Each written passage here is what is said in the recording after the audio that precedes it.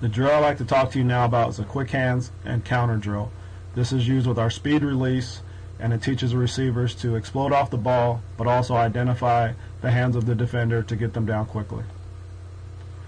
As stated earlier, the number one thing that a receiver can use versus press coverage is his speed release. He has to be able to attack the defender with speed, get his hips open, and create a vertical line.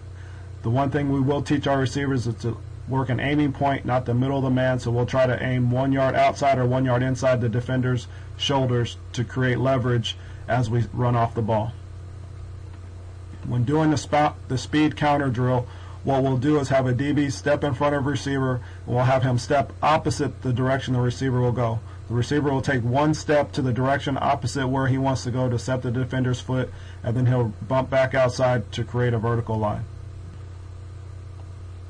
On the hand quickness drill, what we'll have, you can set one receiver in front of the line, have another receiver in front of the receiver, and have him shooting his arms. And what we're trying to do here is teach the receiver to see the hands of the DB and quickly and aggressively get them down.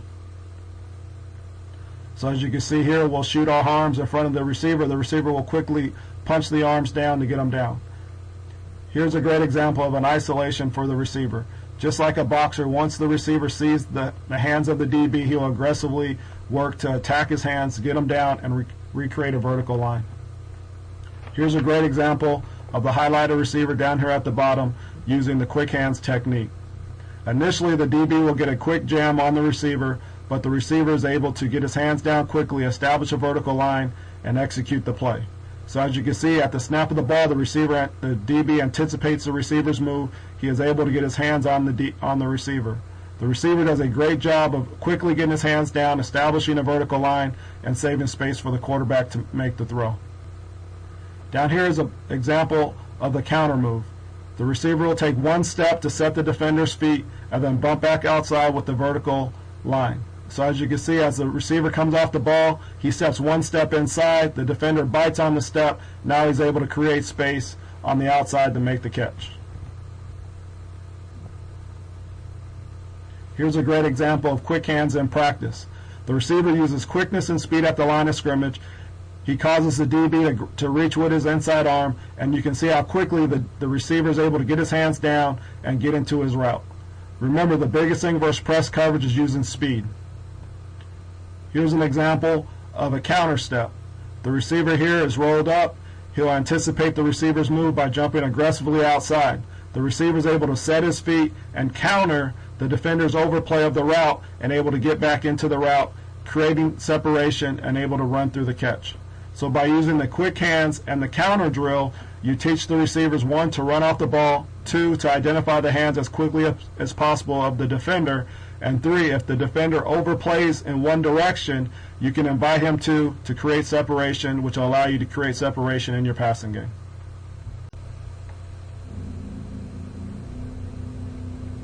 The drill I'd like to talk to you about now is the chop and the rip release. The number one thing we talk about on press release is to get going. We don't want to spend too much time at the line of scrimmage because it leads to poor timing and sacks between the quarterback and the receiver. The main thing the receiver cannot be afraid of is contact. He must be physical at the line of scrimmage to defeat the defender.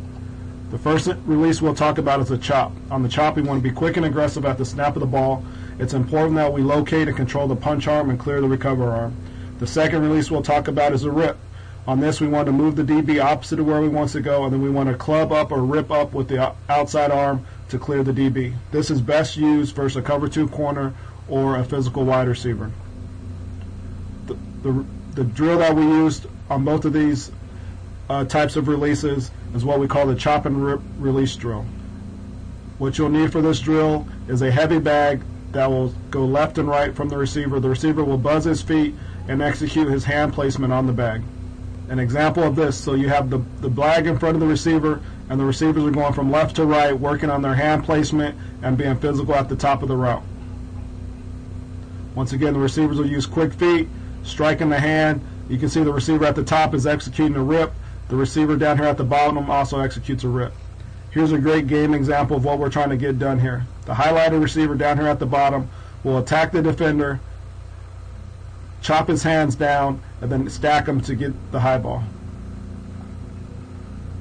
So you can see there the receiver comes off the ball, he attacks the defender, he chops his arms down to physical, now he reestablishes a vertical line and he's able to go up at his highest point and make a great catch. Remember, it's very important that the receivers understand that they must be physical at the line of scrimmage. So as the quarterback goes through the mechanics, you can see the receiver will stack him at the top and go up and catch the ball at his highest point. Another example of the rip occurs down here with the highlighted receiver. As the corner comes down, the receiver must know that he has to be physical at the line of scrimmage. The receiver comes in, he stacks the DB, moves his feet, go opposite where he wants to go, and then he rips up. Now once you go inside, he must fight back to regain his vertical width. As he does this, he's able to make the DB play through him, and he's able to catch a ball that the quarterback puts in a great spot.